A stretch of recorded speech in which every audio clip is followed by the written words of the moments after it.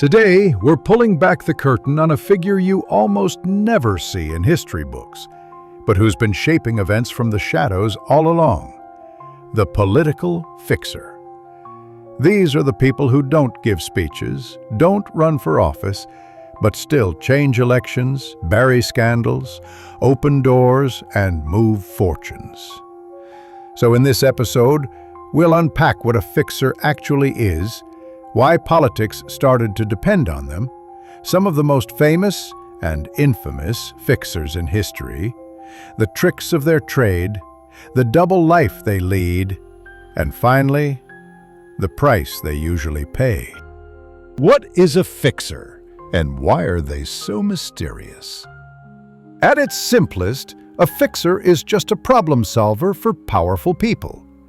In everyday life, that might mean setting up meetings or solving a crisis. But in politics, it often slides into the gray zone or straight into illegality, covering up scandals, arranging hush money, building secret networks, or doing whatever it takes out of the public eye. In Britain, the word fixer can sound neutral, just someone who gets things done.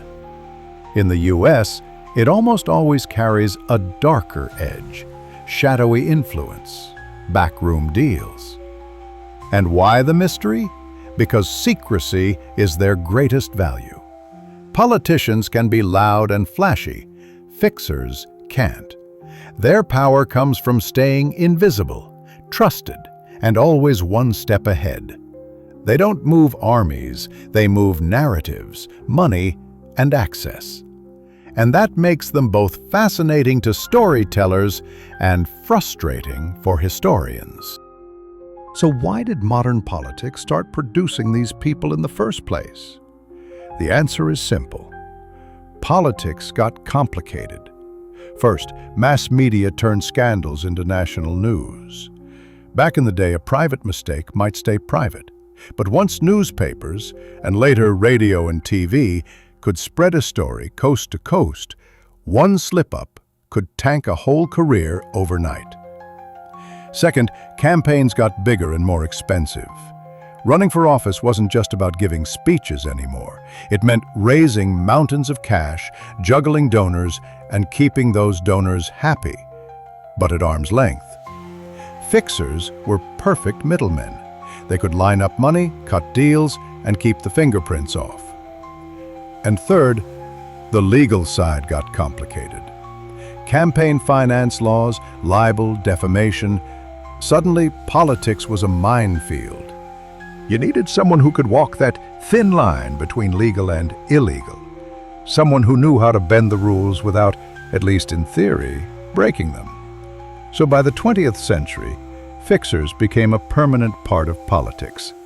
Sometimes the party boss, sometimes the lawyer who handles the dirt, sometimes the operator who runs dirty tricks, and sometimes the international broker who moves money across borders. Let's put some faces to this. In 19th century New York, political machines like Tammany Hall ran local politics. Figures such as George W. Plunkett personified the party boss model. He publicly defended what he called honest graft, using inside knowledge and patronage to profit while maintaining party loyalty. He wasn't a romantic secret agent. He was a pragmatic broker who traded favors, jobs, and municipal contracts to keep political machines humming. Plunkett shows an old-style fixer, visible, part of the machine, but still the primary interface between private interests and public power. Fast forward to the 20th century. Roy Cohn began as a prosecutor and became famous as Senator Joseph McCarthy's chief counsel during the Red Scare. Later, he moved into private law and became a quintessential New York fixer, fiercely loyal to his clients and willing to deploy aggressive, sometimes unethical tactics to protect them. He mentored and advised powerful figures, building a network that mixed law, media, and political influence. He's frequently described as a prototype of the modern political fixer in U.S. life. The Watergate saga introduced a very different kind of fixer, the operational dirty tricks specialist. G. Gordon Liddy and associates in the Nixon-era Committee to re-elect the president organized covert operations, break-ins, spying, and sabotage. They were not merely advisors. They planned and executed clandestine actions meant to influence politics by unlawful means. Watergate showed that fixers can cross a line from negotiation to criminal conspiracy, and that once exposed, the fallout can destroy careers and institutions. Jump to the 21st century. Michael Cohen, personal lawyer to Donald Trump during the 2016 campaign, functioned as a modern-style fixer, arranging payments to silence potentially damaging stories, negotiating with publishers, and acting as a buffer between public figures and messy private behavior. Cohen's payment to adult film actress Stormy Daniels, a $130,000 hush payment during the 2016 campaign, became part of investigations into campaign finance violations, and helped show how fixers now operate in an age of wire transfers, legal entities, and fast news cycles.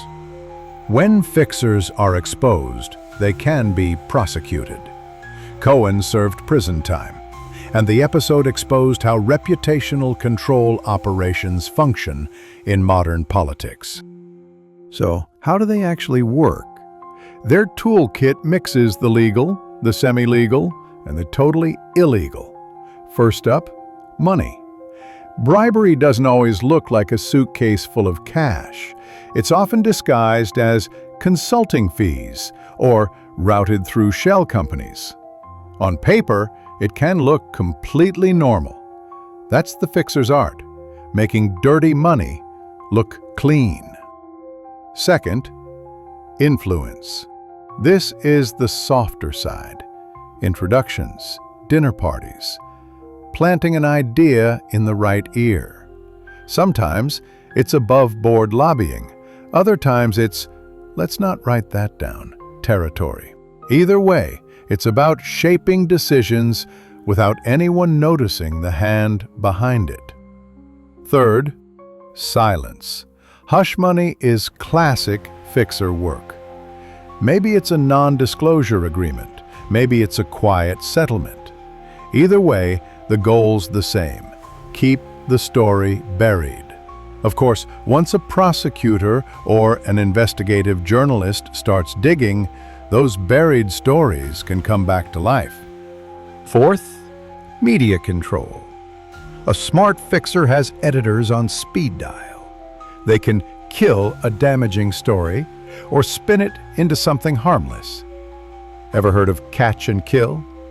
That's when a tabloid buys the rights to a scandal, not to publish it, but to lock it away. That trick has been around for decades. Fifth, dirty tricks.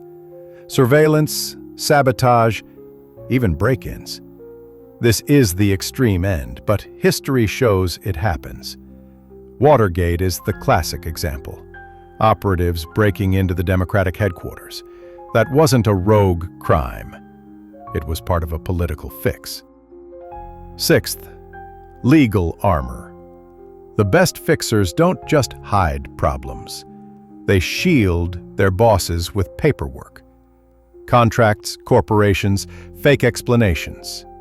So even if something shady comes to light, the principal can say, "Hey, I had no idea." That's plausible deniability, and fixers are masters of it.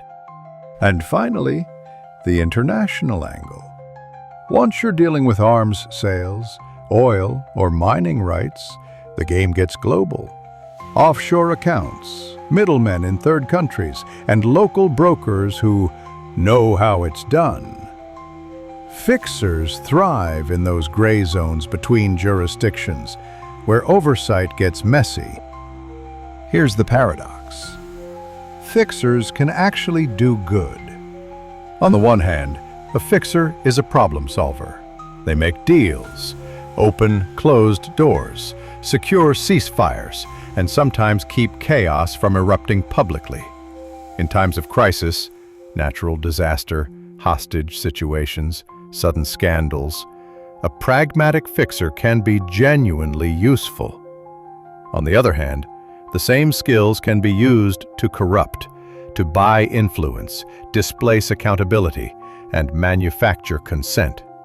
Fixers often enable wrongdoing by making it survivable. That moral duality explains why some communities quietly rely on them, while legal authorities and the press resent and hunt them. Some fixers see themselves as loyal protectors of clients. Others are self-interested operators who monetize access and silence. In many cases, both are true. So what happens to fixers themselves? Most don't get happy endings. Some get caught. Once the paper trail or a conspiracy comes to light, prosecutors swoop in. Think Watergate. Operatives jailed, reputations destroyed. Or more recently, hush money cases turning into federal indictments. When the system finally shines a light, the fixer is often the first to burn. Others manage to avoid prison, but their name becomes toxic. They lose the trust, the access, the backroom phone numbers that made them powerful. In politics, being shut out is almost as fatal as a jail sentence. A rare few just fade away. They slip off stage with money in the bank, a Rolodex of secrets, and a story that never gets told. That's the true measure of a skilled fixer. You never even know what they pulled off. In high-stakes worlds, geopolitics, organized crime, fixers sometimes don't live long enough to retire. A car crash, a sudden suicide, a mysterious heart attack. When you move money and secrets across borders, you make enemies, and enemies sometimes settle the score. Political fixers are the backstage crew of power. You don't notice them until something goes wrong. They can broker peace, bury shame, or topple governments. From Plunkett's honest graft to Roy Cohn's legal muscle, from Watergate's dirty tricks to modern hush money deals and international scandals, the story is the same. Where secrecy is valuable, someone will offer to provide it for a price.